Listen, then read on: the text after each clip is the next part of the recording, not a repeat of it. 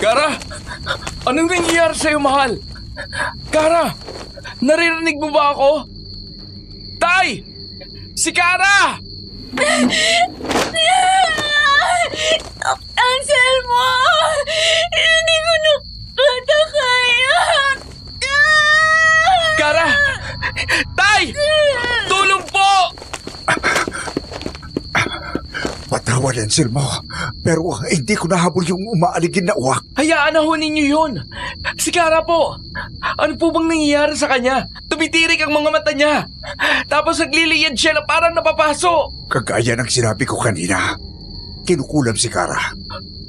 Kulam? Sino naman? Diyos ko, napakalakas ng kulam na ito, Anselmo. Kara! Napakalakas. Hindi ko makita ang mukha ng gumagawa sa akin ito. Anselmo, mag-ingat ka.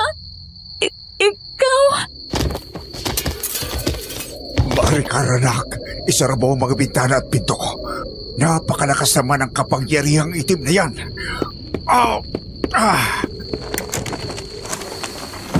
Pahihirapan kong babaeng to hanggang sa magmakaawa siya na tuluyan ko na lamang siya. At ikaw ang isusunod ko, aswang! Sino ka? Bakit mo ito ginagawa kay Kara? Bakit hindi? Isang albularyo na nag-aalaga ng aswang? Isang malaking kalapastanganan. Samantalang ang mga katulad ko, gumagawa ng mabuti pero tinatawag na bruha? At ikaw, paano payapa ka nakakapamuhay, ha? Kung ako ang kailangan mo, pues, akong harapin mo. Tigilan mo si Kara!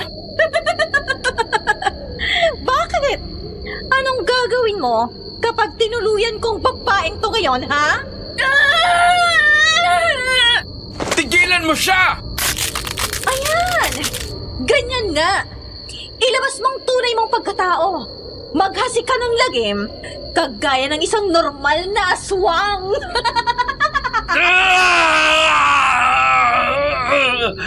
Anselmo! Maghunos dili ka!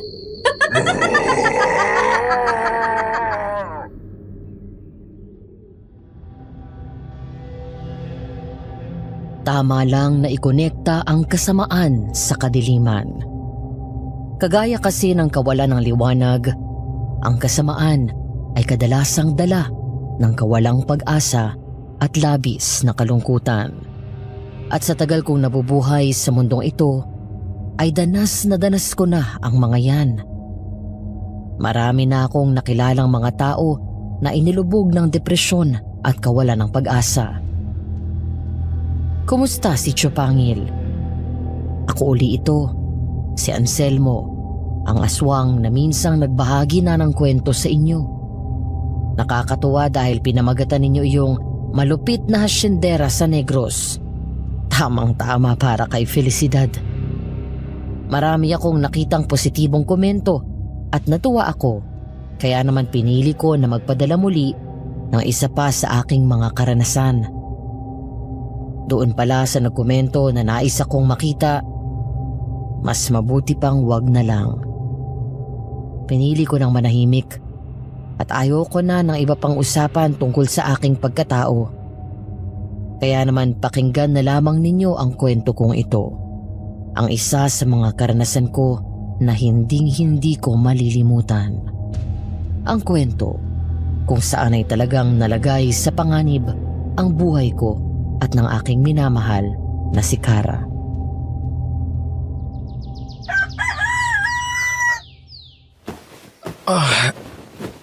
Grabe. Ang ulo ko. Parang binibiyak. Anselmo, anak. Mabuti naman at gising ka na. Ito, tubig ko.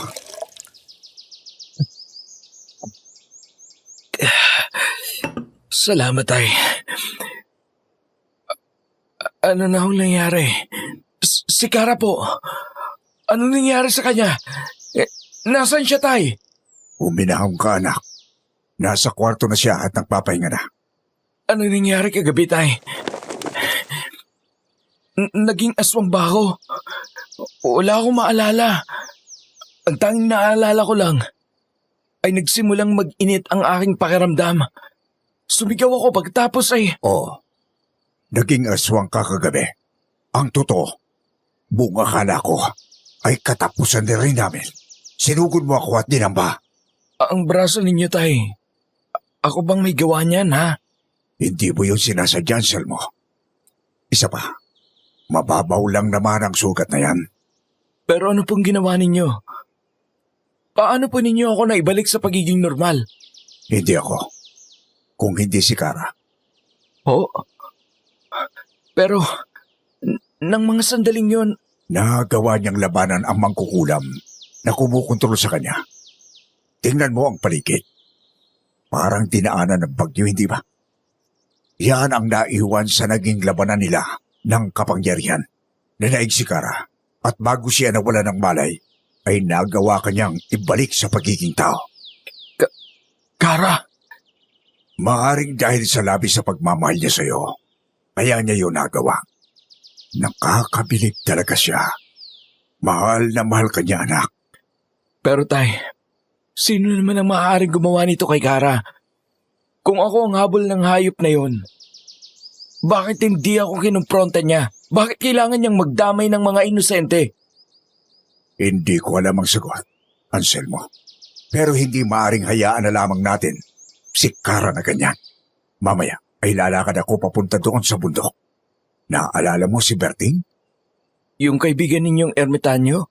Oo, siya lamang malalapitan ko tungkol sa bagay na ito. Ipagpaumanhin mo na hindi ako ganong kalakas para harapin ang pagpapahirap sa kasintahan mo, Anselmo. Wala ako kayong dapat ihingi ng tawad, Tay. Ako rin ay gagawin ko ang lahat. Mahanap lamang ang gumawa nito kay Kara. Pero mag-iingat ka. Sa wari ko ay tuso ang dumadali sa kanya ngayon. Anselmo! Anselmo! Tay, si Kara. Sandali lang! Pupunta na ako dyan! Kara? Anselmo, mahal. Ayos ka lang ba? Oo. Salamat sa iyo. Ikaw, anong nararamdaman mo? Mas magaan kaysa kahapon. Pero narito pa rin ang presensya niya. Sa tingin ko, siya yung tipo ng mangkukulam na mahina ang kapangyarihan sa umaga. Susubukan kong labanan ang orasyon niya mamaya. Medyo nangihina pa kasi ako. Huwag mo munang pilitin. Oo nga, Kara. Magpahinga ka muna. Maghahanda muna ako ng agahan. Anselmo, dito ka muna at samahan mo si Kara. Alam kong hindi mo na kayang matiis ang amoy ng bawang. Ipapahanda ko rin kay Maricar ang sariwang dugo ng manahon para sa iyo. Salamat, Tay, pero... Kung sasabihin mo na naman na nagiging pabigat ka rito ay itigil mo na. Alam mo na rin naman ang magiging sagot ko. Opo, pasensya na.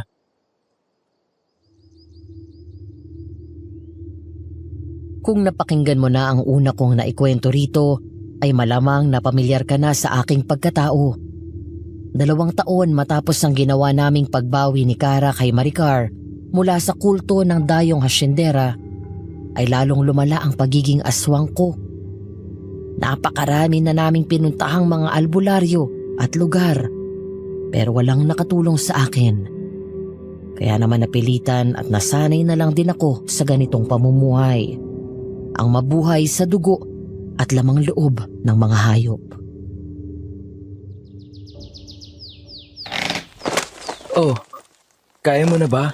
Oo, kagaya ng sinabi ko, mas magandang pakiramdam ko ngayong umaga. Sabihin mo nga sa akin, sino sa tingin mo ang gagawa nito? Bukod sa pagtitinda ng mga gulay sa bayan at paglalako sa kabilang baryo, wala ka namang ibang pinupuntahan eh. Wala akong ideya. Kilala ko lahat sa baryo. Walang mangkukulam doon. Ganon din sa bayan at karatig baryo. May mga marunong manggamot pero hindi naman ganun kalakas ang kakayahan nila. Kung gayon, sino ang mga gumagawa niyan sa'yo? Hindi ko alam. Aray, ang likod ko. Anong nangyayari? Ang likod ko. Parang napapasok. Halika nga at titingnan ko. Aray! Ano yan? Parang lumalatay. Nang hilakbot ako nang makita ang mga latay na unti-unting bumalot sa likuran ni Kara. Para yung nalapatan ng pamalong napakainit. Umuusok ang mga yun at nagiiwan ng malalim na sugat.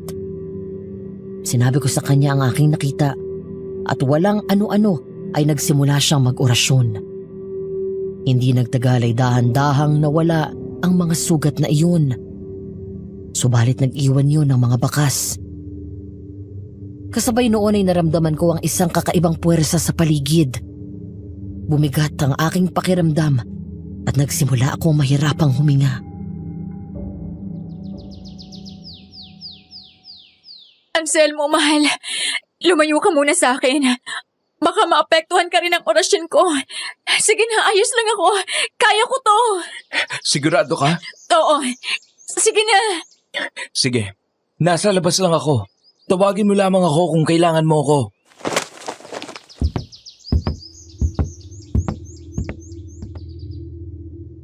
Dali-dali akong lumabas ng kwarto. Ayoko man ay parang may mga tinig doon at puwersa na itinataboy ako palabas. Umupo ako sa may sulok. May distansya sa kwarto kung saan naroon si Kara at sa kusina kung saan abala si tatay sa pagluluto.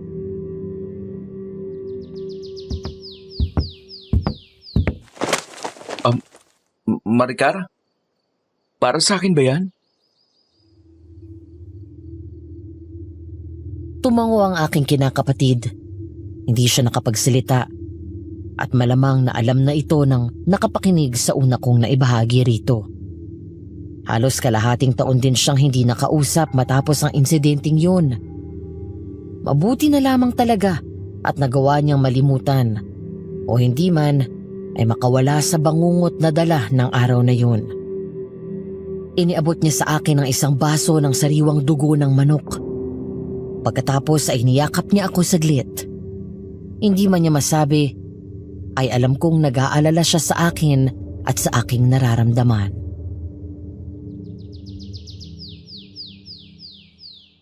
Salamat, Maricar. Huwag ka mag-alala. Ayos lang ang Kuya Anselmo mo. Maricar, halika na muna at magtimpla ka na ng kape. Patapos na ang niluluto ko para makakain ka na. Oh, tawag ka na ni tatay. Puntahan mo na bago atakihin ng alta presyon yun.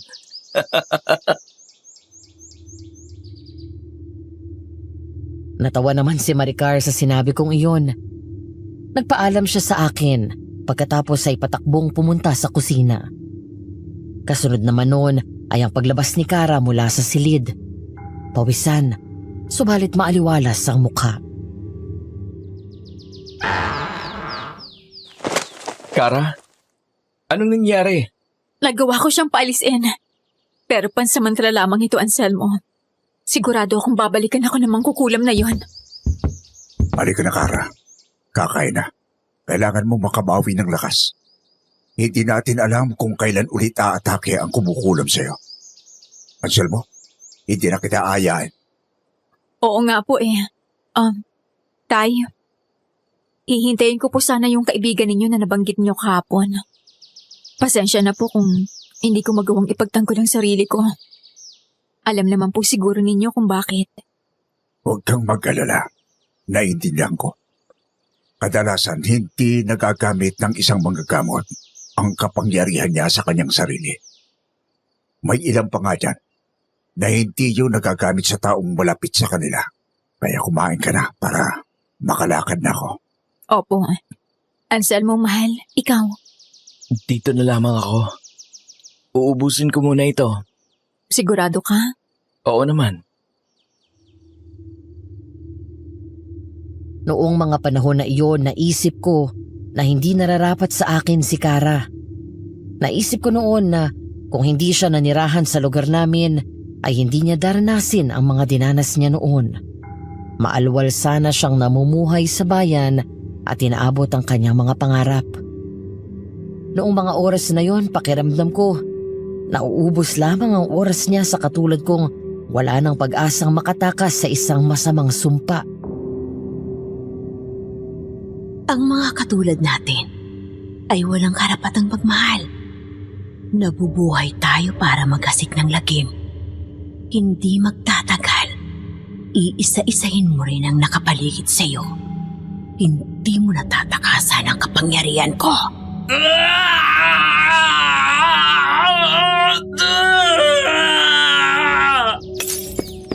Anselmo?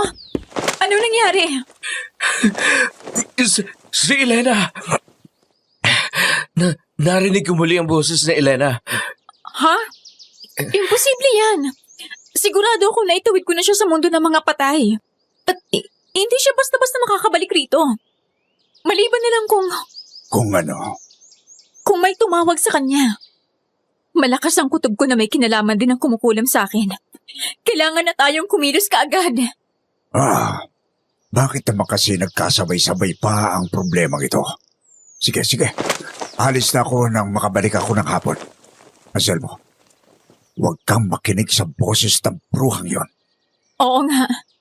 Ang tagal mo nang lilabanan ng impluwensya niya sa'yo.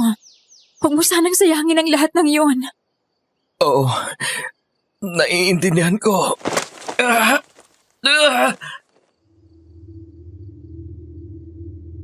Pero ng mga oras na yon, pakiramdam ko ay katabi ko si Elena. Nanariwa sa isipan ko ang pakiramdam na umaaligid lamang siya sa akin. Subalit hindi ko na yun sinabi pa kay Kara. Ayokong dagdagan ang iniisip niya at dinaramdam. Matapos yun ay kaagad na nanggayak si tatay at umalis. Isinama niya si Maricar at kami naman ni Kara ang naiwan sa bahay.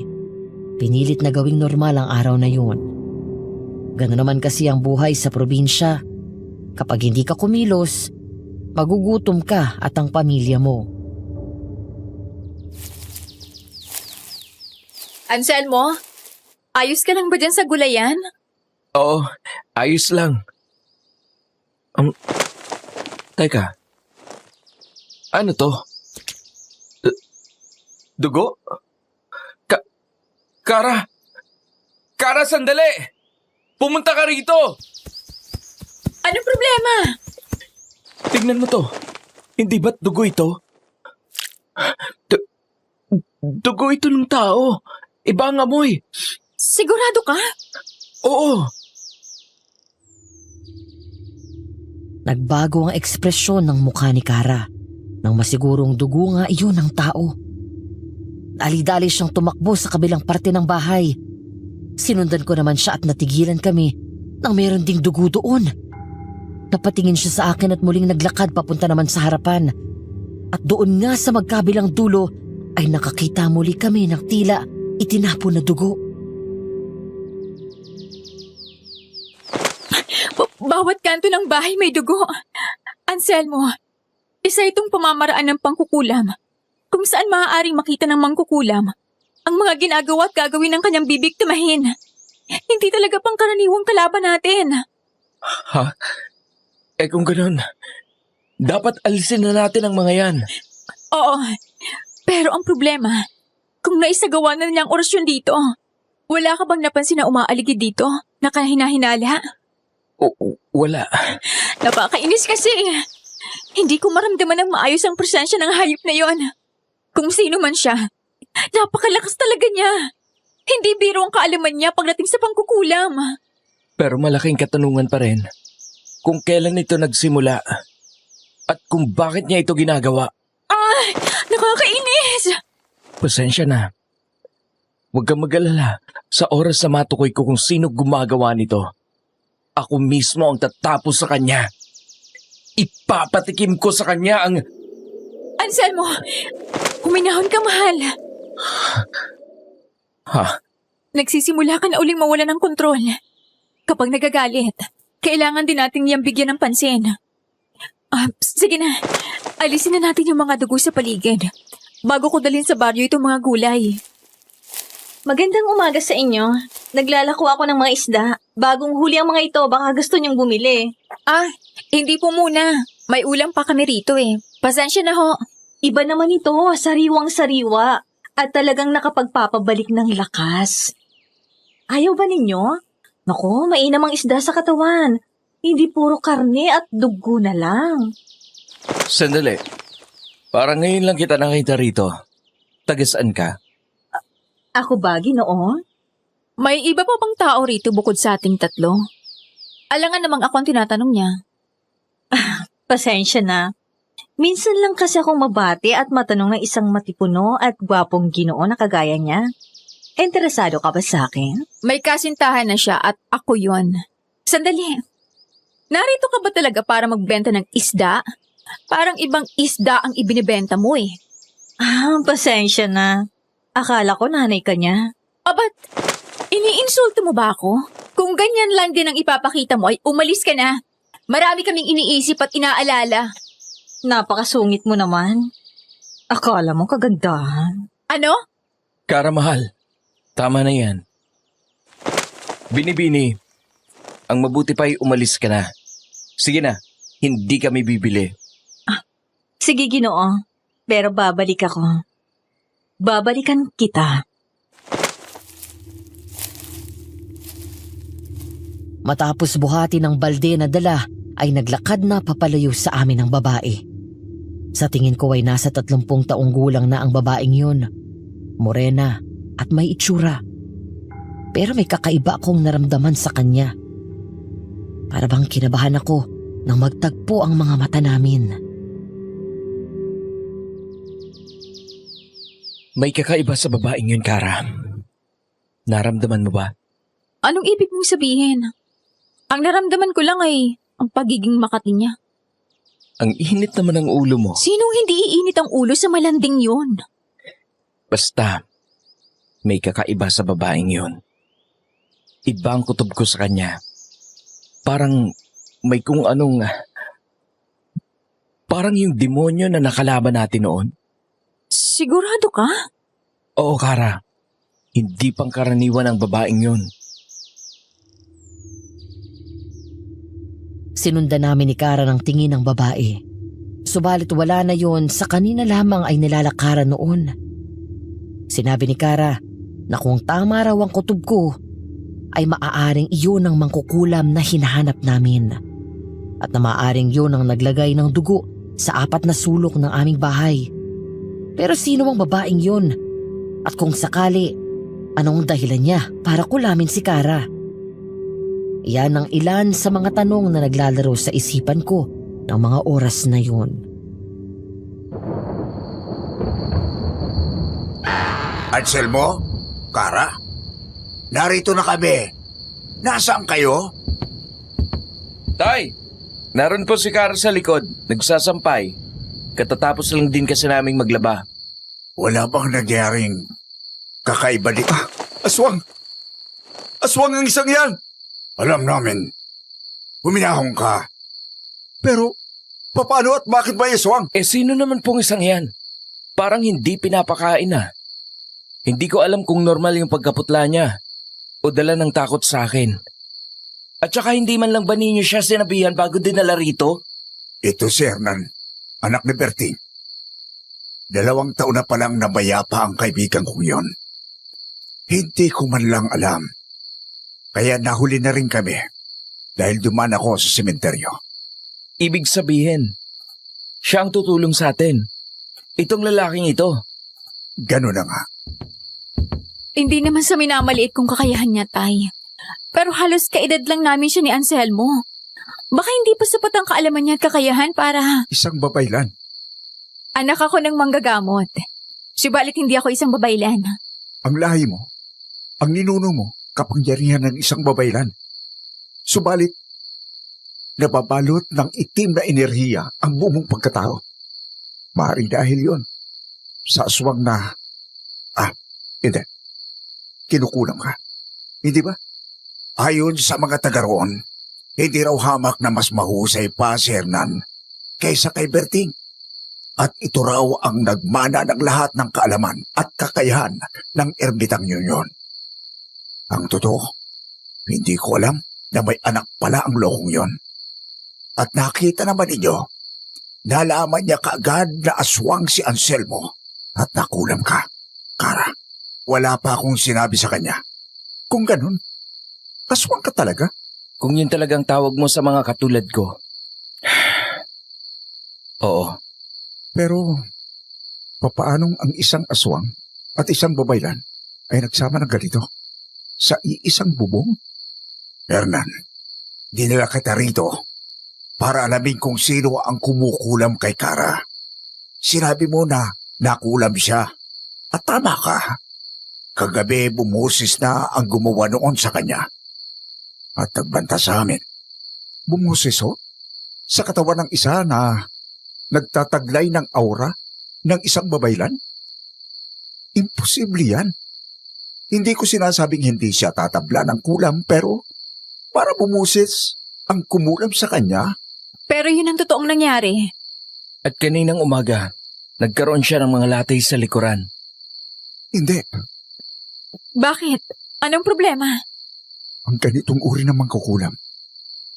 Ang ganitong uri ng mangkukulam ang kinatatakutan ko. At isa na nakipagtipan sa isang masamang elemento, umaaring demonyo. Demonyo na naman. Pambihira. Hindi pa naman tayo sigurado. Mangkadyo, ihandaan ninyo ang malinis na tubig at kandila. Sisimulan ko na ang pagtatawas para malaman natin kung sino ang gumagawa nito sa kanya. Nagtawas na ako kahapon nung nakaramdam ako ng kakaiba. Pero wala akong nakita. Bueno, ibahin mo ako. Sige, ikwento ninyo sa akin ang lahat na nangyari. Magmula ng magsimula yan hanggang sa bago kami dumating. Detalyado naming isinalaysay ni Kara kay Hernan ang mga nangyari at nanlaki ang mga mata niya nang marinig ang tungkol sa nakita naming mga itinapon na dugo sa 4 na kanto ng aming bahay. Itinanong niya kung tuyo na ba yun nang makita namin. Sinabi kong basa pa at para bang nabunutan siya ng tinik sa lalamunan nang marinig iyon. Dahil kung tuyo na raw yun nang makita namin, ay baka mahirapan na kami na malabanan ng mangkukulam. Kung tuluyang natuyo ang dugong inilagay niya sa mga lugar na sinabi ninyo, ibig sabihin, nagtagumpay siya. Nagawing parang altar ang bahay na ito. At kagaya ng sinabi ni Kara, malalaman niya ang ikinikilos ninyo. Alam kong hindi na bago ang tanong na ito. Pero may ideya ba kayo kung sino ang gumagawa nito? Wala. Wala kaming kaaway. 2 taon na nakalilipas. Noong mapalayas namin ang malupit na asyendero sa baryo. Pero kung siyang may gawa nito, bakit ngayon lang? At saka nawala naman siya. Hindi ko alam kung buhay pa ba yun o patay na. Naintindihan ko. Sige, simulan natin ang pagtatawas para malinawan tayo sa mga nangyayari. Mangkadyo, pakisara lang ng bintana at pinto. At kahit anong mangyari, walang tatakbo palabas. Nagkakaintindihan ba tayo? Isinara nila Tatay at Maricar ang bahay. Subalit bago yun ay may naramdaman akong kakaibang enerhiya mula sa labas. Tumayo ako at sumilip muna. Subalit wala naman akong nakita, kaya naman binaliwala ko na yun. Pinaupo ni Hernan si Kara sa tapat ng palangganitang puno ng malinis na tubig. Ipinatong niya ang kanyang mga kamay sa balikat ni Kara at pagkatapos ay dinasalan niya ang kandilang puti na kanyang gagamitin. May mga sinabi siyang hindi ko naintindihan na biglang nagpainit sa aking pakiramdam.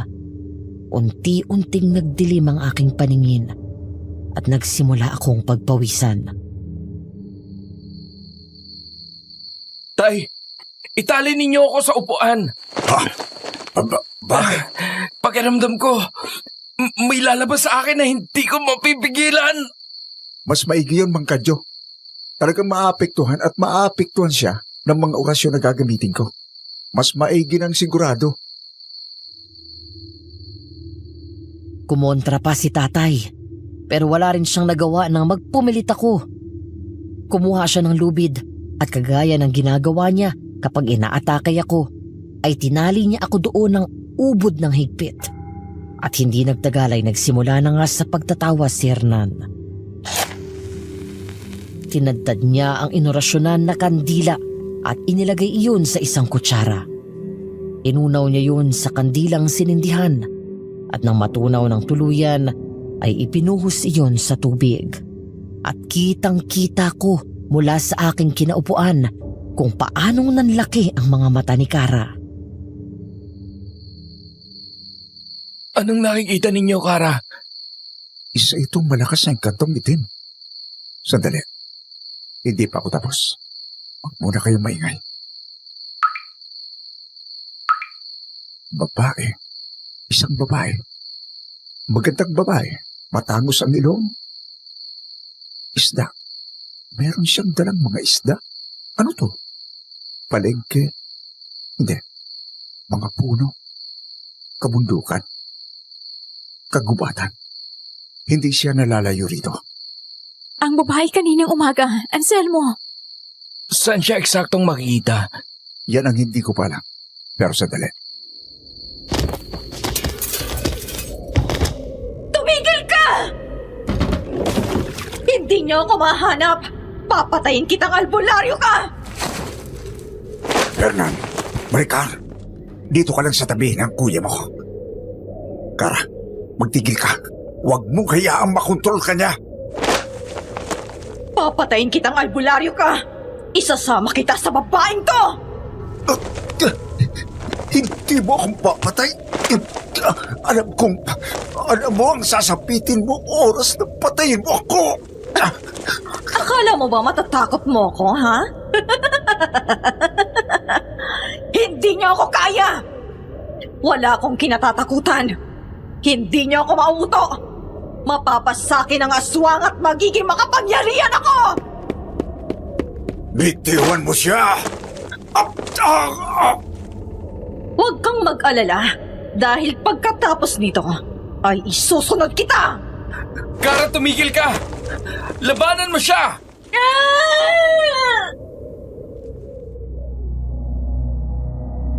Sinubukan ni tatay na alisin ang nagwawalang si Kara sa ibabaw ni Hernan. Subalit pagkahawak niya rito ay kaagad siyang tumalsik papalayo. Tumama sa haligi si tatay at nawala ng malay. Si Maricar naman ay wala nang tigil sa pag-iyak sa aking tabi. Hindi pwedeng ganito! Kailangang may gawin ako!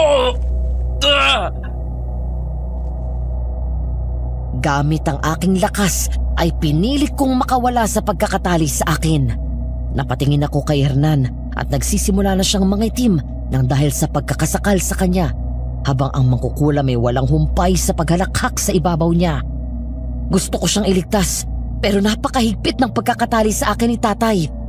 Tumayo ako, bitbit ang upuan na nakakabit pa rin sa aking katawan nang biglang lumuwag iyon sa pagkakatali. At pagtingin ko sa likod ay nakita ko si Maricar na hawak ang isang kutsilyo. Tumango siya sa akin at pagkatapos noon ay walang pag-aalinlangang lumusob ako sa mangkukulam. Uminit ang pakiramdam ko at pakiwari ko ay lumakas ang buong katawan ko. Hinawakan ko ang mga braso ni Kara at buong lakas kong inalis ang kamay niya sa leeg ni Hernan. Ganyan nga! Ilabas mo ang tunay mong katauhan. Ipakita mo sa akin ang tunay mong kapangyarihan para naman may ideya ako sa kukunin ko. Kung gayon, ang pagkaswang ko palang nais mo. Oo, kapag napasakin ang kapangyarihan mo at napagsama ko ito ng aking pangkukulam, ay wala nang makapipigil sa akin! Kung ito ang habol mo, kunin mo na. Huwag mo nang idamay pa si Kara. Hindi! Kailangan ko rin kunin ang babaeng to! Kailangan ko siya para... Tigil! Nasasaktan ako! Ay, ka! Pinahirapan mo ako! Nasilip ko na si San Pedro. Pero sinabi ko sa iyo, hindi ba? Hindi mo ako mapapatay! Gamit ang isang puting lubid ay pinaghahampas ni Hernan ang katawan ni Kara. Nabitawan ko ito at napaluhod ito ng nakadipa. Nagpatuloy si Hernan sa pagampas at bawat hagupit noon Talagang napapahiyaw sa sakit ang mangkukulam. Pinigilan ko si Hernan sa pag-aalalang si Kara na ang sinasaktan niya. Subalit sigurado di umano siya na ang mangkukulam ang nagdurusa sa kanyang ginagawa. Hanggang sa tuluyan ang bumagsak si Kara sa sahig at nawala na ng presensya ng mangkukulam doon. Kara! Huwag kang mag-alala. Nawalan lang siya ng malay. Dalhin mo na siya sa iyong silid. Pero paano kung bumalik yung mangkukulam? Hindi yun basta-basta makababalik. Malamang, puro latay ang katawan noon ngayon. Sige na, ako nang bahala kay Mang Kadyo. Pagkatapos ay mag-uurasyon ako sa buong bahay para sa proteksyon natin ngayong gabi.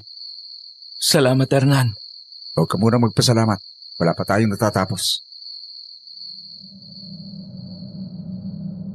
Kaagad kong binuhat si Kara at dinala sa silid namin. Inubad ko ang kanyang damit dahil nabasa iyon ng tubig at ganon din ang kanyang pawis. Subalit habang pinalitan ko ang damit niya, ay biglang sumakit ang aking ulo. Patayin mo na siya, Anselmo. Kung hindi mo siya papatayin, hindi ka makakalaban ng maayos. Papayag ka ba na makuha na lamang ng mangkukulam na yon ang kapangyarihan mo? Tumigil ka! Ah! Ah! Ah! Kapag nakuha ng mangkukulam ang sumpa ko sa iyo, kasama noong makukuha ang buhay mo, mamamatay ka. Hindi ba't yun ang dahilan kung bakit hindi mo ako iniwan noon kahit alam mo may kakaiba sa akin? Ah! Hindi yan totoo! Tumigil ka! Tingnan mo ang liig niya. Hindi ba't ang sarap kagatin? Siguradong napakasarap ng dugo na nananalaytay sa kanya. Sariwa at punong-puno ng kapangyarihan. Lalakas ka at matatalo mo ang mangkukulam. Kaya ano pang hinihintay mo, Anselmo? Patayin mo ang babaeng yan! Tandang-tanda ko pa ang mga sandaling iyon. Gising ang diwa ko noon at masasabi kong nakakapag-isip ako ng tama. Subalit nang mapatingin ako sa leeg ni Kara, ay tumagos ang paningin ko sa kanyang balat at nakita ko ang dugo na tila kumikinang at umaagos sa kanyang mga ugat. Uminit ang aking pakiramdam at hindi ko na malayan na lumapit na ako sa kanya at nakanganga. Handa ng sagpangin at inumin ang kanyang dugo. Anselmo! Ah, Anselmo! Anong nangyayari sa'yo? Ang itsura mo! Ang mga pangil mo! Anselmo! Nasilaw ako sa pagbukas ng pinto ng kwarto. Naalala kong nagsisigaw ako noon. Si Hernan ang pumasok noon. May dala siyang lampara na hindi namin pagmamayari. May mga sinasabi siyang salita na hindi ko maintindihan. At kasunod nun ay tila naman hid ang buo kong katawan. Unti-unting nagdilim ang aking paningin. At hindi nagtagal ay nawalan ako ng malay.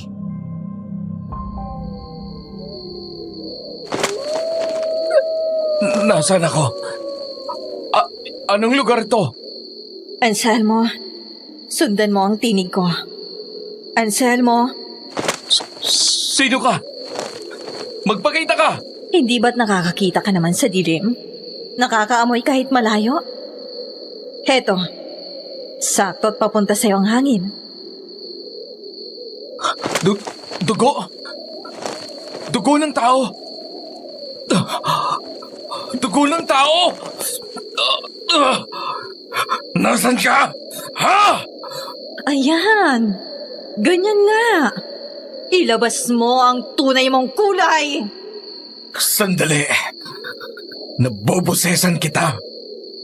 Ikaw ang mangkukulam na nagpapahirap kay Kara. Tama. Halika at pakakainin kita. Hindi mo ako maluloko. Sinabi mo na ang plano mo. At alam ko nang gagawin mo. Sadyang matalino ka talaga. Sige, ganito na lang. Ako na lang ang lalapit sa'yo.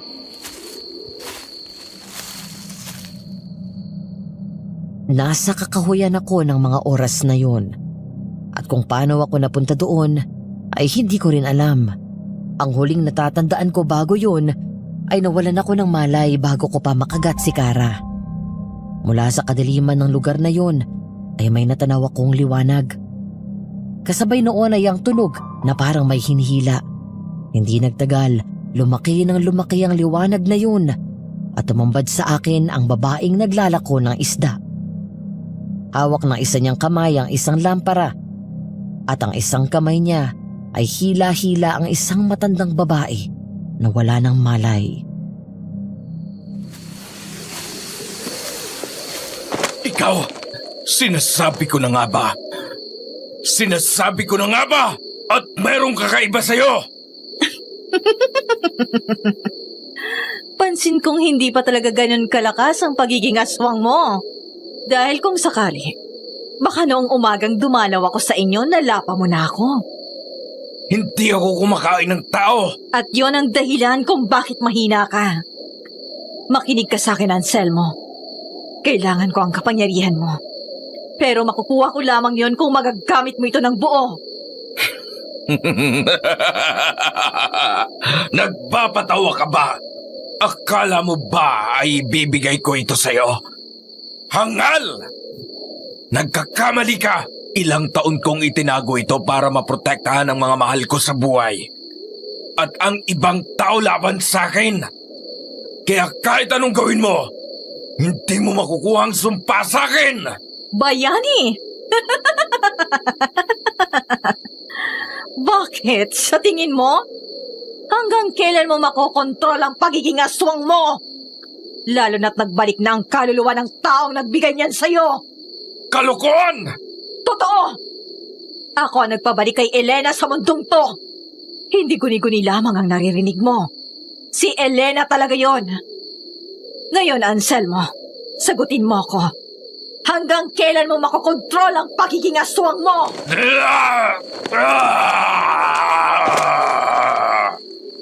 Hindi mo alam, hindi ba?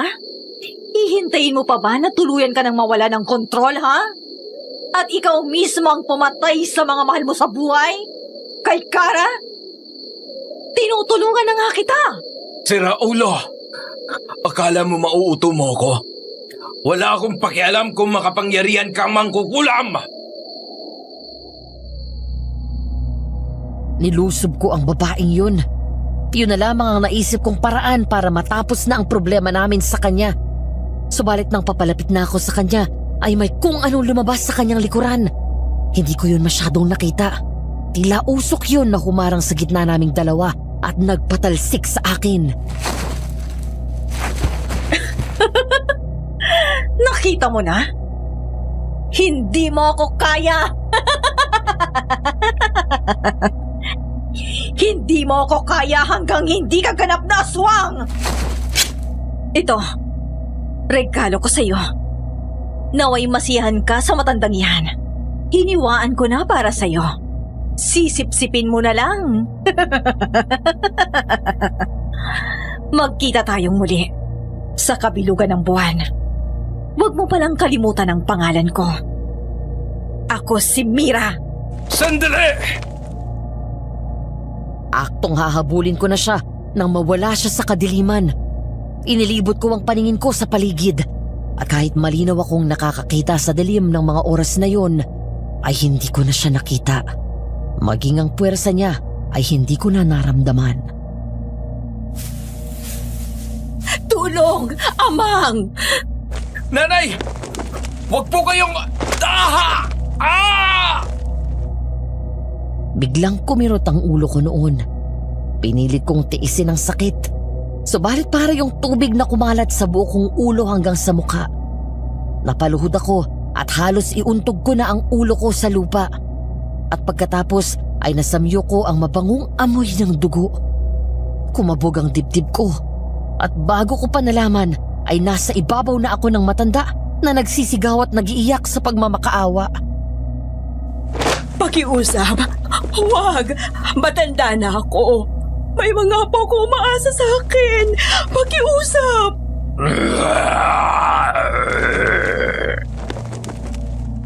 Anselmo, huwag ka nang mag-atubili.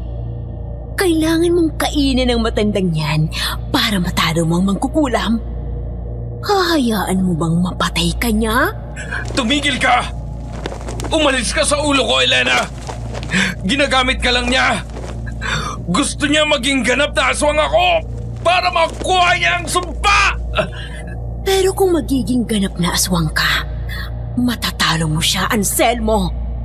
Ang sumpang iniwan ko sa iyo ay hindi basta sumpa lamang ng mga aswang. Galing pa yan sa mga dayuhan, ipinasapasa.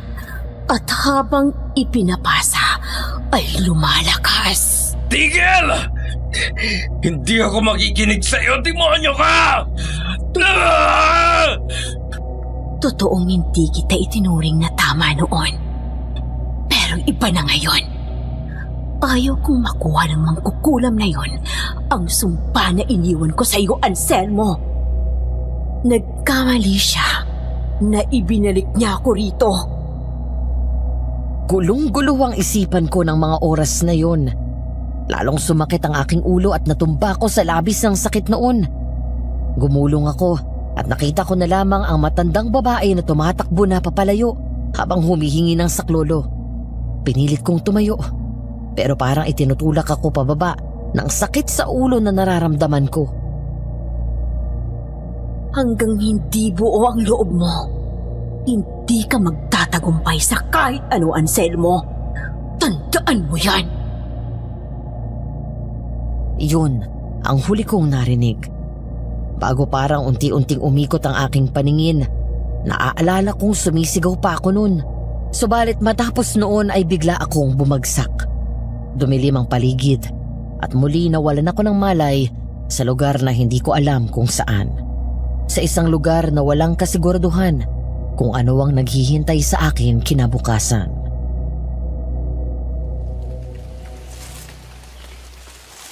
Paparating na ang kasintahan mo. Gumising ka na, Anselmo. Anselmo! Mahal, narito ka ba? Magparamdam ka naman. Anselmo, anak! Nasaan ka? Dito na ang sinasabi ng tawas. Narito na siya sa paligid, panigurado. Pero, hindi pa niya tayo aatakihin. Maganda na lang kaya kayo ng pangontra para sigurado.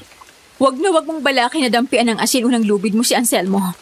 Dahil kung hindi, ako ang makakalaban mo. Pero nakita naman ninyo yung bangkay ng matandang babae sa paanan ng bundok. Hayop ba ang may gawa noon?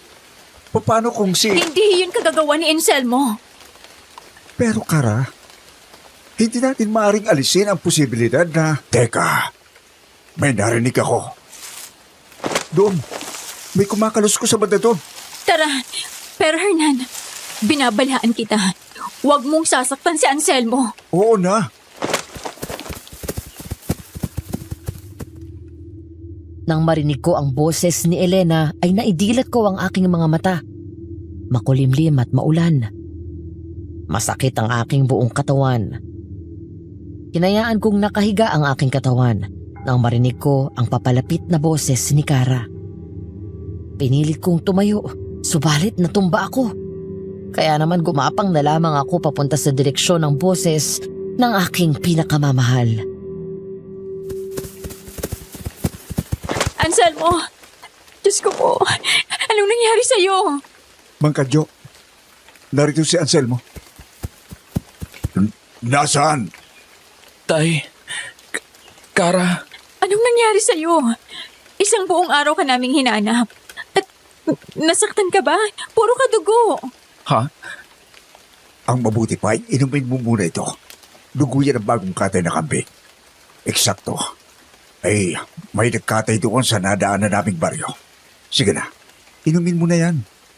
Mas mainam ang dugo niya kaysa manok. Babalik ang lakas mo kagad pagkainom mo niyan. Kinuha ko ang supot na puno ng dugo. Binutas ko yon gamit ang aking mga ngipin at sinipsip ang laman noon. Hindi ko makakalimutan ang lasa ng mga dugo sa oras na yon. Napakatamis. Para kong umiinom ng matamis na alak. Yun ang unang beses na nakainom ako ng dugo ng kambing. Kadalasan kasi ay manok, mga ibon, ahas at mga bayawak ang kinakain ko. Naubos ko ang laman ng supot at hindi nga nagtagal ay bumalik ang aking lakas na parang walang nangyari. Ang mabuti pa ay umalis na tayo rito. Bubuhos ang ulan. Doon na tayo magpalipas sa kamag-anak namin. Malapit sa baryo sa baba. At mag-iba tayo ng daan. Mahirap na at baka may makakita pa sa kanya. At magginala. Teka, bakit? Anong problema kung may makakita sa akin? Duguan ang mukha at ang mga braso mo. At sa ibaba ng bundok, may patay ng matandang babae. May tapyas ang liig at ubos ang dugo. Ha? Ano? Matandang babae? Hindi! Hindi! Anselmo, mahal, huminahon ka. Ano bang nangyari? Nakita mo bang matandang yon? Meron siyang laslas sa mga braso. Sa pagkakatanda ko, meron. Bakit? Huwag mong sabihin, Hindi! Hindi! Hindi! Hindi! Dala ng babaeng mangkukulam ang matandang yun dito. Ginamit niyang pain. Gusto niyang kainin ko yon para maging ganap na akong aswang. ano? Sandali lang. Huminahon muna tayo. Nagsimula nang lumakas ang ulan. Tayo na. Mamaya na tayo mag-usap. Sige na, Hernan. Susundan ka namin.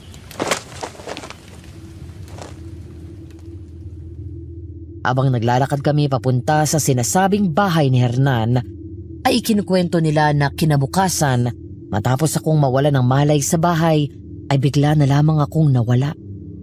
Walang nakakita sa akin ni isa sa baryo at ang bundok kung saan nila ako natagpuan ay nasa tabi pa ng pangalawang bayan mula sa aming baryo. Kung hindi pa nga raw nagtawa si Hernan ay baka hindi pa ako nakikita. Hindi nagtagal ay nakarating naman kami sa bahay ng kamag-anak ni Hernan. Walang tao doon. Subalit nabuksan niyo ni Hernan at nagawa naming makapasok. Doon ko na ikinuwento ang mga nangyari. Pero sinasabi ko sa inyo, hindi ko ginalaw ang matandang yon.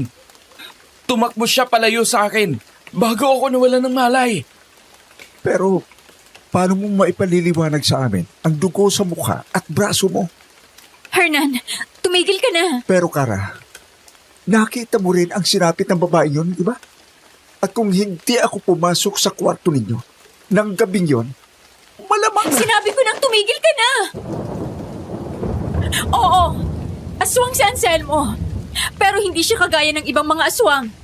Pinipilit niyang kontrolin ang sarili niya. Nagkakamali ka. Nakokontrol niya ang pagiging aswang dahil nariyang ka. At ngayong gusto ko rin na patayin ang magkukulam. At malamang, bukod sa sumpa ng aswang, gusto ring makuha ng magkukulam na yon ang kapiraso ng kapangyarihan mo. Wala akong pakialam. Narito ka para tulungan kami. Hindi para manghimasok sa mga buhay namin. Pero, paano ko kayo tutulungan kung... Tama na. Magsitigil na kayo, Kara. Tama, Sir Hernan. Hindi magtatagal. Hindi ko makukontrol ang pagnanasa kung ito sa laman at dugo ng tao. Lalo na at ngayong totoong nagbalik na si Elena. Kaya kong ibalik si Elena sa impyerno. Hindi yun. Hindi yun problema. Oo. Dahil ang problema ay ako. Paano kung ako talaga ang pumatay sa matandang babaeng yon? Paano kung mamayang gabi ay maging aswang ako ng tuluyan at patayin ko kayong lahat? Hindi! Hindi ko yun papayagan. Nangako ako na mananatili ako sa tabi mo kahit anong mangyari. At nangako ako na hindi kita hayaang maging ganap na aswang, Anselmo. Pero kaya... Wala nang pero, Anselmo. Kung kailangan nating lumayo kina Tatay Kadyo at mamuhay sa bundok, tatanggapin ko. Anselmo, hindi ako aabot sa ganito na kasama ka para lang sumuko. Para isuko ka. Tama na. Masyado na kami kinikilig ni Mang Kadyo. Totoo yon. Hernan, hindi ako ang totoong kalaban dito. Ang mangkukulam. Gusto niyang kunin ang kapangyarihan ko. Maging immortal at manghasik ng lagim. Kailangan natin siyang matalo. Para makalaya na si Kara at para hindi niya matuloy ang balak niya. Nakawala na ako sa kulam niya, Anselmo. Magmula ng gabing nawala ka, hindi niya na ako nakontrol. Tumigil na mga pag-atake niya sa akin. Nakagawa rin kami ng orasyon ni Hernan para hindi niya na ako magambala at maging ang bahay. Kung ganon, maaari rin ba kayong magtulong? Para mahanap natin ang kinalalagyan niya. Malakas ang kutob ko na narito lamang siya. Malapit dito. Yan din ang naisip ko. Kara, narinig ko mula kay Mang Kadyo na nagamit mo ang isang malakas sa kapangyarihan na tumulong noon kay Anselmo. Magagamit mo pa rin ba yon? Oo naman. Pero Pero ano? Nang huli niya yung ginamit, ay labi siyang nanghina. kung yun lamang ang paraan, gawin na natin ang matapos na ito. Sandali. Ako ang kailangan niya. At imposibleng nakikita niya o naririnig ang pinag-uusapan natin ngayon. Tama ba? Oo. Wala akong nararamdaman sa paligid. Ako rin. Hindi rin niya kami basta-basta malalapitan niya. May naisip ako. Sinabihan niya ako na balikan ko siya. Makikipagkita ako sa kanya. Pagkatapos, ay saka kayo lalabas para tulungan akong talunin siya. Pero yun ay kapag nasaan yung aswang ako. Nahihibang ka na ba, Anselmo? Nawawala ka na sa sarili kapag nagiging aswang ka na. Paano yung hindi mo na kami makilala at kami ang atakihin mo? May naisip na rin akong paraan. Hindi ko alam kung gagana ito pero wala na akong ibang pagpipilian. Ano yun? Si Elena. Pero Anselmo, ikaw na mismo nagsabi. Masama si Elena. Isa pa, alam ko yun dahil nararamdaman ko yun. Malapit na sa demonyong pwersa na bumabalot sa kanya. Pero alam ni Elena kung paano kukontrolin ang sumpa. Eksakto. Ngayong gabi, hayaan ninyo ako mag-isa. Kakausapin ko si Elena. Siguraduhin na lamang ninyo na hindi makakalapit ang mangkukulam na yun dito. Maliwanag. Pero Anselmo, Ako munang masusunod ngayon, Kara. Alam kong nag-aalala ka. Pero kapag hindi tayo sumugal ngayon, habang buhay tayong mag-aalala, o mas malala pa, mamamatay tayong lahat ngayong gabi. naiintindihan ko. Pero Eto na lang ang tanging paraan, Kara. Hernan, sana ko maaaring manatili. Dito. Halika. Pero sigurado ka na ba rito? Alam kong wala akong karapatang manghimasok kagaya ng sinabi ni Kara. Pero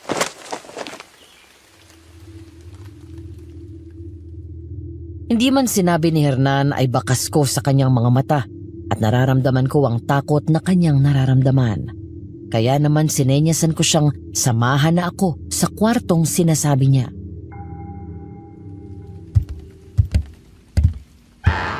Sa'yo ako makikiusap. Kung sa oras na tuluyan na ako mawalan ng kontrol, gusto kong tapusin mo ako. Alam kong hindi ito magagawa ni Kara, kaya sa'yo ko na ibinibilin. Hindi ko na hinintay na sumagot si Hernan. Pumasok na ako sa silid at isinara ang pinto. Alam kong alam naman niya ang dapat na gawin kung sakali. Siya yung tipo ng tao na palaging pipiliin ng tama para sa nakararami. Naupo ako sa papag na naroon. Pumikit ako. At sa isipan ko ay tinawag ko si Elena. At hindi nga nagtagal ay sinagot niya ang pagtawag ko. At doon ko napagtanto na kung hindi siya ang magpupumalit pumasok sa isip ko, ay hindi sumasakit ang ulo ko. Elena! Alam kong nariyan ka! Nakakalungkot na hindi mo na ako natawag na ina. Hindi naman kita tunay na ina. At hindi mo ako itinuring na anak. Kung sa bagay. Pero minahal kita at inalagaan. Malamang ay pinatay ka na rin ng mga taga-baryo. Mabuti nang inisip nila na binihag kita at pinagmalupitan. Tingnan mo at inalagaan ka nila. Ano? Huwag mong sabihin. Hindi ito ang oras para dyan. Alam ko kung bakit gusto mo akong makausap. Anselmo, kung gusto mong makontrol ang sumpa, kailangan mong ibigay ang sarili mo rito. Ikaw ba? Nawawala ka sa sarili mo noon kapag nagiging aswang ka? Hindi. At hindi yun ang ibig kong sabihin. Kailangan mong tanggapin na isa ka ng aswang. Sa isip at sa puso. Minsan ka nang nakatikim ng dugo ng tao. Ang totoo ay sapat na yun para mailabas ang kapangyarihan mo. Kung matatanggap mo na ito ng katauhan mo, hindi mo na kakailanganing mawala sa sarili para maging aswang. At hindi yun alam na mangkukulam na yun. Hindi rin niya alam na nakatikim ka na ng dugo ng tao. At huwag mong isipin na ikaw ang pumatay dun sa matanda. Dahil ang mangkukulam na yun ang mismong gumawa nun. Ano? Inialay niya ang dugo at buhay ng matandang yon sa nilalang na pinagkukuhanan niya ng kapangyarihan. Paano ko makakasigurong hindi mo ako niloloko, Elena? Walang ibang paraan kung hindi mo subukan. At wala ka namang pagpipilian kung hindi ang maniwala sa akin. Anselmo, totoong hindi kita itinuring na anak o ano paman. Pero ginawa ko yon para sa iyong kapakanan. Kilala mo akong malupit at malamang na hindi mo ito inaasahang marinig mula sa akin. Pero patawad sa lahat ng ginawa ko sa iyo. Pero bakit mo sa akin ipinasang sumpang ito? Kung hindi mo naman ito ginawa, ay wala sana akong problemang ganito. Dahil kung hindi ko yun ginawa, ay maaaring patay ka na noon pa man. Inanod ng baha ang kubo ninyo noon. Nagkataon na naroon ako. Lumubog ka na sa tubig at nawala na ng pulso. Naawa ako kaya pinili kong ipasa na sa iyo ang sumpa. Kahit alam ko na mahahati noon ang kapangyarihan ko. Yun ang totoong kwento, Anselmo. Muli, patawad. Elena, bakit hindi mo ito sinabi noon pa? Hindi naman kasi ako ganoon kabuti. Inihimok nga kitang maging aswang. Ako pa rin ang Elena na pumilit sa iyo na kumain ng tao. Dahil kung hindi, ay titigil ang pagkalakas ng kapangyarihan na hawak mo. Tungkulin ko bilang dating tagapangalaga niyan na sikaping hindi yan basta na lamang mawawala. Mabuti na lamang din talaga at natangang mangkukulam na yon. Matutulungan mo ba kami para matalo siya? Ano ba namang magagawa ng isang kaluluwang katulad ko, Anselmo? Sa laban ng haharapin ninyo, kayo lang ang makakalaban. Ang ingatan lang ninyo ay ang nagbabantay sa babaeng yon. Nagbabantay? Oo. Mag-iingat kayo sa nilalang na yon. Anselmo, Ano yun? hindi ako masyadong sigurado. Pero sa tingin ko, naroon lang sa lugar kung saan ka nawala ng malay ang pinagtataguan ng babaeng yon. Doon ko mas naramdaman ang sarili ko. Kaya malamang, malapit doon ang altar na ginamit niya para maibalik ako rito. Isa pa, ang ginawa niyang ito sa akin ay isang malubhang kasalanan. Sigurado ng pagkapuksa ng kaluluwa niya sa oras na mamatay siya. Kung ganun, dapat na talaga siyang mapigilan. Elena, marami pa tayong pag-uusapan. Babalikan kita pagkatapos ng lahat ng ito. Wala na tayong dapat pag-usapan pa. Sapat na ang mga nalaman mo.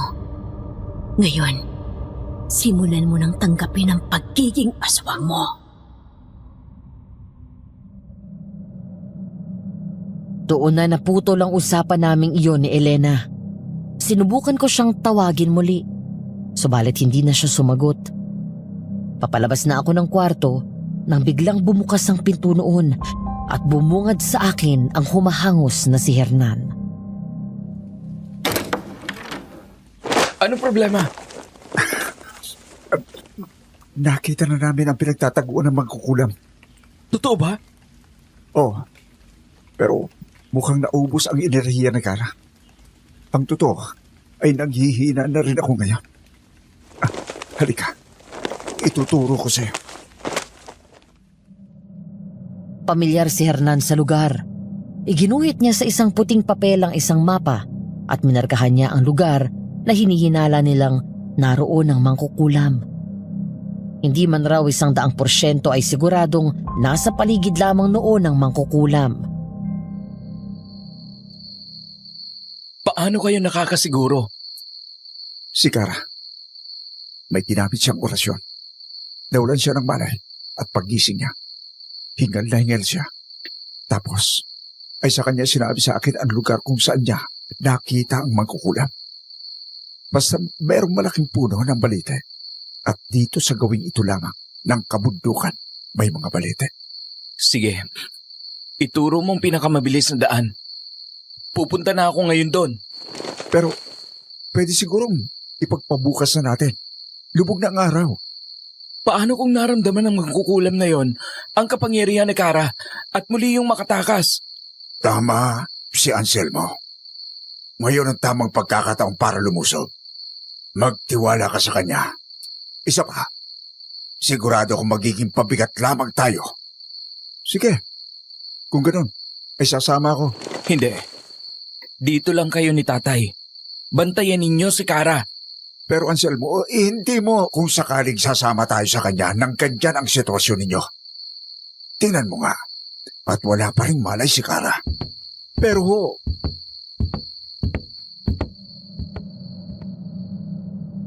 Pagkasabing iyon ni tatay ay mabilis na akong lumabas sa bahay.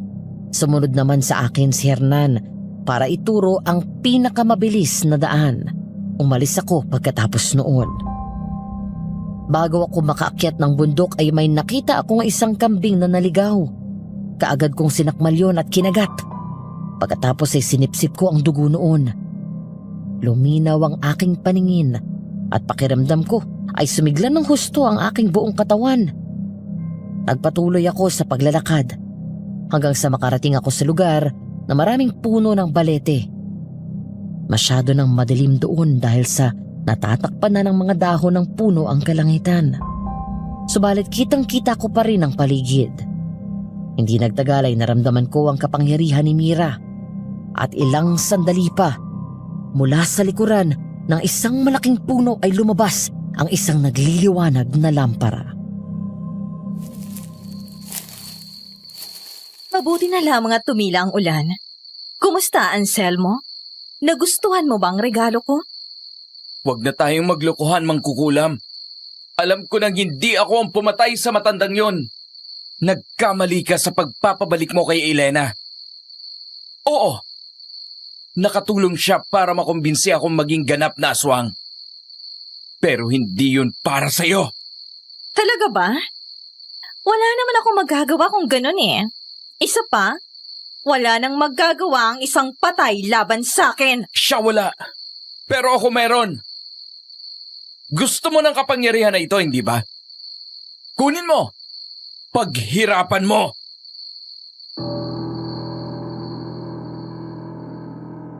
Sumigaw ako ng malakas. Naramdaman ko ang pag-agos ng dugo mula sa aking puso hanggang sa bawat sulok ng aking katawan. Uminit ang aking pakiramdam at pakiramdam ko ay nagsisimula ng lumaki ang aking katawan. Narinig ko ang sarili kong angil at habang tumatagal ay lumalakas ang aking pandinig at pakiramdam. Hindi ko alam ang itsura ko ng mga oras na yun, pero sigurado ako, yun na ang anyo na nais makita ng mangkukulam sa harapan ko. Mahusay! Nakakamangha! Ngayon, tatapusin na kita para makuha ko ng sumpang yan! Tingnan natin kung gaano katibay ang balat mo laban sa tabak na to na binalot ng orasyon at banal na tubig! Mabilis ang kilos ni Mira. Subalit hindi hamak na mas mabilis ako. Mabilis akong nakatalon at nakaiwas sa kanya. Subalit pagbagsak ko sa likuran niya, ay may kung anong tumama sa aking kaliwang sentido. Tumalsik ako at tumama sa isang puno doon. Dahilan para mauga iyon at magkalaglagan ng mga dahon. Mabilis akong tumayo. At kitang-kita ko sa likuran ni Mira ang isang napakalaking nilalang. Halos 2 tao ang tangkad nito. Pula ang mga mata at umuusok ang ilong at bibig. Maihahalin tulad iyon sa isang malaking gorilya. Malalaki rin ang mga kamay noon at nagtatalasan ang mga pangil. Bakit parang namutla ka? Itong matagal kong kapares. Isang demonyong pinagsanglaan ko ng aking buhay para sa kapangyarihang taglay ko. Ang totoo, hindi yan ang tunay niyang anyo. Pero ang kapangyarihan niya, ang kaalaman ko, at ang sumpa na nasa sayo. Kapag pinagsama, siguradong wala nang makakatalo sa akin! Kung gayon, ibig sabihin, ngayon ay may makakatalo pa sa iyo.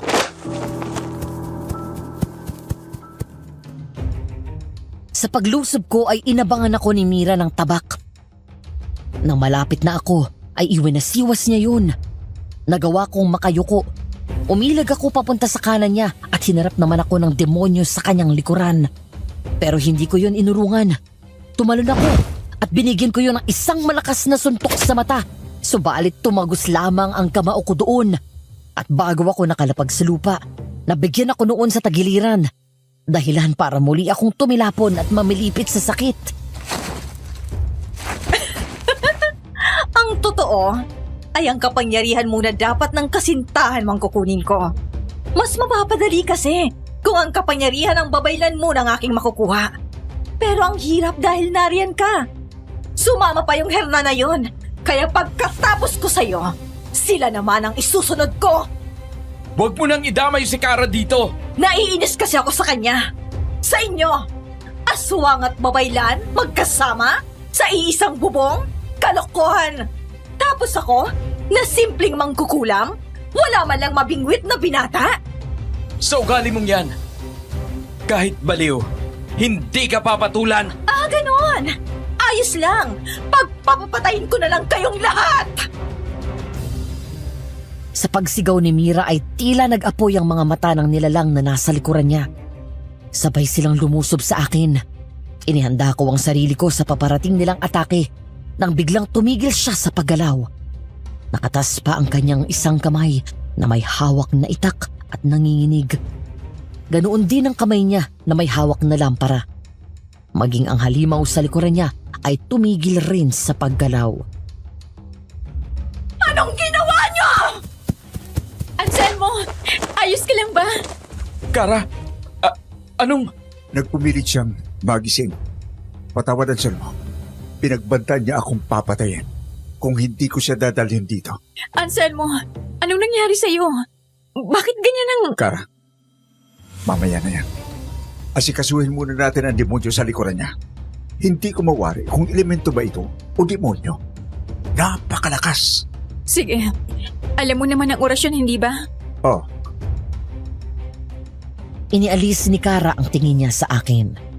Nag-orasyon sila ni Hernan at hindi nagtagal ay unti-unti nilang naihiwalay ang halimaw kay Mira. Nagsisigaw yun na parang isang malaking halimaw. Kumangin ng malakas at kasunod noon ay ang biglang pagtahimik ng paligid. Nawala na parang bula ang nakakatakot na halimaw. Anong ginawa niyo? Ibinalik namin siya kung saan siya nararapat. Imposible! Ibalik niyo siya! walang imposibleng orasyon sa isang may dugong babaylan. Tandaan mo yan! Siya na lamang ang meron ako! At kinuha niyo pa? Yan ang isang dahilan kung bakit gusto kong pahirapan ang mga taong kagaya niyo! Anselmo, bumabalik ka na sa normal mong anyo. Mira, huwag mong isisi sa mga taong nakapaligid sa'yo kung bakit ka nag-iisa. Naisip mo na ba minsan kung ano ang kulang sa'yo? Oo, may mga taong hindi tayo naiintindihan. Pero hindi kasi nila yun obligasyon. Kailangan nating magpakatao sa lahat ng oras. Makipagkapwa-tao. makisama. Mas mabuting magpakatao kesa magpakatama. Hindi natin pwedeng pilitin ang ibang tao na gustuhin tayo. At hindi solusyon ang pagpapahirap sa mga tao sa problema mo. Kung pipiliin mong magmahal, siguradong mayroong lalaking mamahalin ka rin. Dahil hindi lahat ay nasusolusyonan ng karahasan at paghihiganti. Napaluhod si Mira na parang nangihina. Itinukod niya ang kanyang mga braso sa lupa at nakita kong pumatak ang kanyang mga luha doon. Naramdaman ko ang lungkot mula sa kanya sa mga oras na yun. Huli ng lahat para dyan.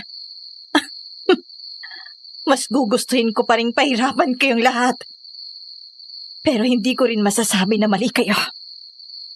Anselmo, napakaswerte mo. Napapaligiran ka ng mabubuting mga tao. Mga taong nagmamahal sa'yo. Maswerte ka rin naman. Dahil may pagkakataon ka pa ngayon na magbago. Nagkakamali ka.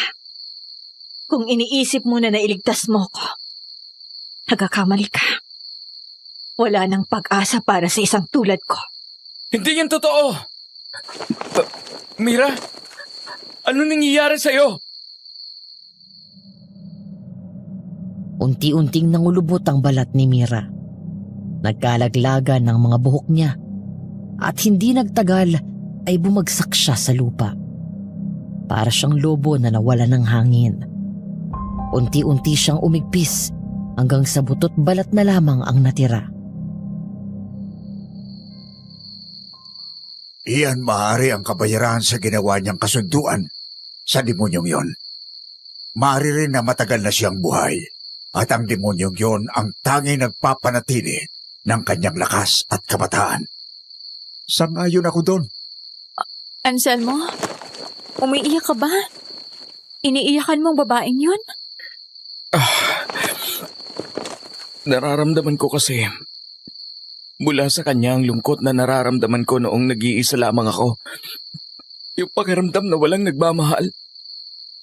Alam kong mali ang ginawa niya at hindi natin alam kung ilang taon ang pinatay niya para ialay sa demonyong yon.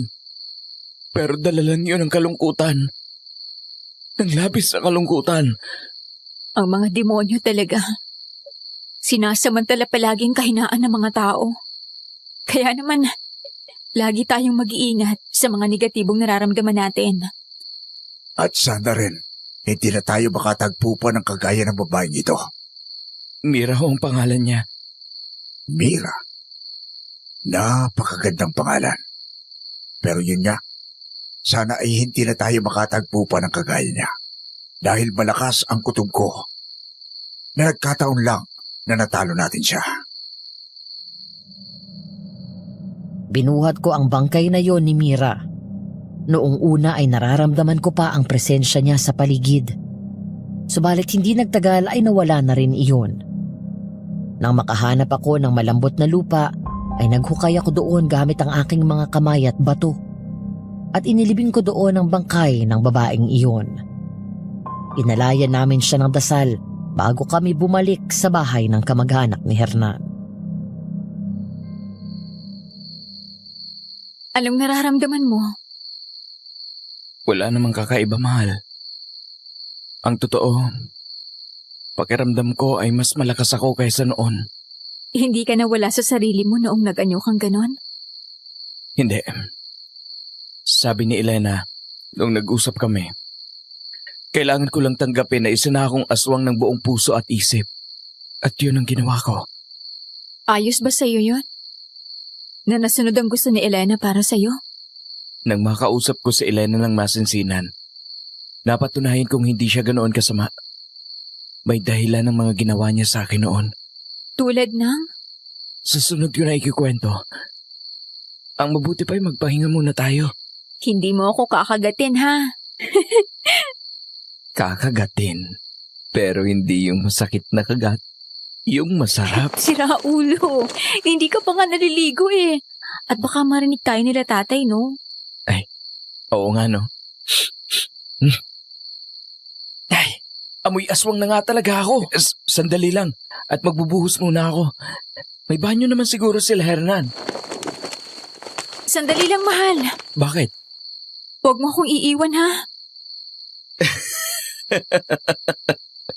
Bakit ko naman iiwan ang babaeng dahilan kung bakit ako humihinga hanggang ngayon? Ano man ang mangyari, hindi ako aalis sa tabi mo. Kahit na magsawa ka na sa pagiging aswang ko. Hindi ako magsasawa sa iyo. Kahit lapain mo pa ako. Lalapain talaga kita. Baliw! Maligo ka na nga doon. Matapos ang tagpong iyon ay sinubukan kong muling makausap si Elena. Marami akong tanong at kahit papaano ay nais kong magpasalamat. Subalit hindi ko na siya muling narinig. Maging si Kara ay hindi na siya nagawang matawag muli. Maari raw na dahil namatay na si Mira ay bumalik na rin si Elena sa mundo ng mga patay. Naging bahagi na ng pamilya namin si Hernan. Tumanggap siya ng mga nagpapagamot sa bahay at hindi nagtagal ay naging sila ni Maricar. May mga pagkakataon noon na nawawala pa rin ako sa sarili, lalo na kapag kabilugan ng buwan. At si Hernan ang naging kaagapay ni Kara sa pagkontrol sa akin. Sa ngayon hindi na ako nagbabago ng anyo. O mas magandang sabihin na mas pinili kong wag na. Nakokontrol ko na ang aking galit at ang aking pagkahayok sa laman at dugo ng tao. Pero nasa akin pa rin ang sumpa na iniwan ni Elena. Doon na nagtapos ang kwentong iyon. Salamat ng marami sa pakikinig at sa inyo na mga patuloy na nagsasabing hindi kami totoo at pinagkakatuwaan pa nga. Maghinay-hinay kayo. Naniniwala kasi ako sa karma. At baka isang gabi, habang naglalakad kayo, ay makasalubong kayo ng kagaya ko na gutom at hayok na hayok sa dugo ng tao. Isang aswang na magbibigay sa inyo ng bangungot.